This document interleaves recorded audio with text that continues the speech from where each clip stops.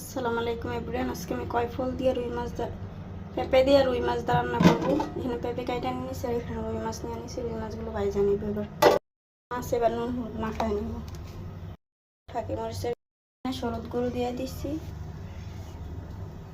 লবণ, রান্নার তেল দিয়ে দিব। এখানে দিয়ে মিক্স চুলায় ফ্রাই প্যান বসে দিচ্ছি। ফ্রাই প্যানে তেল দিয়ে দিব। মাছগুলো মশলাতে মিক্স করে নেব।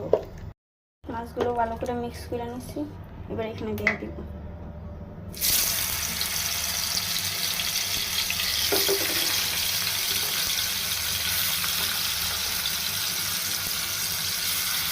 মাছগুলো ভাজা হয়ে গেছে, নামাই নিচ্ছি। রসুন কুচি, রসুন ভাজা হয়ে গেছে। এবার একটু অল্প জিরা বাটা দিয়ে দিব। মাছটার সাথে মিক্স করে দিব। এখানে অল্প একটু পানি দিয়ে দিব। গুঁড়া মশলা দিয়ে দিব। মশলা দেওয়া দিব, হলুদ গুঁড়ো, কাঁচি মরিচ, লবণ, মশলাগুলো মিক্স করে দিব।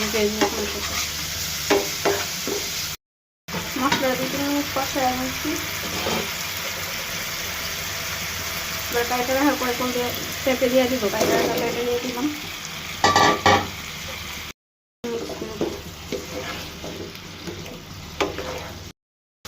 মশলার সাথে পেঁপেগুলো মিক্স করে দিচ্ছি। এবার কষাইবার জন্য একটু পানি দিয়ে দিব।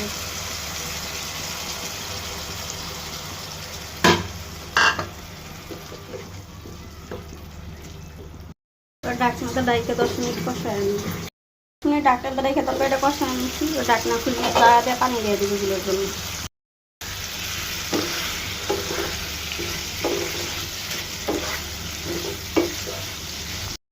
মরিচ দিয়ে দিব। এখানে গুলোর জন্য এখানে পানি দিয়ে দিব।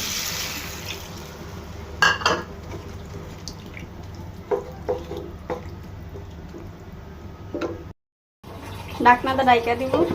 বলক আসলে মাছ দিয়ে দিব। তরকারিতে মাছ দিয়ে দিব। এই যে মাথা আমার জামাইয়ের জন্য রাইখা দিতেছি।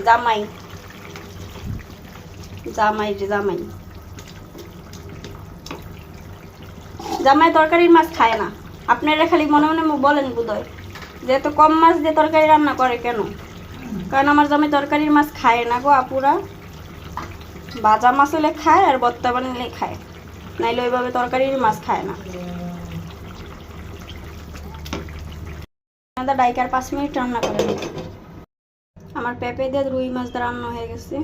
আপনাদের পেঁপে দিয়ে রুই মাছ দিয়ে খাইয়া দেখবেন কেমন লাগে। সবাই ভালো থাকবেন। আসসালামু আলাইকুম।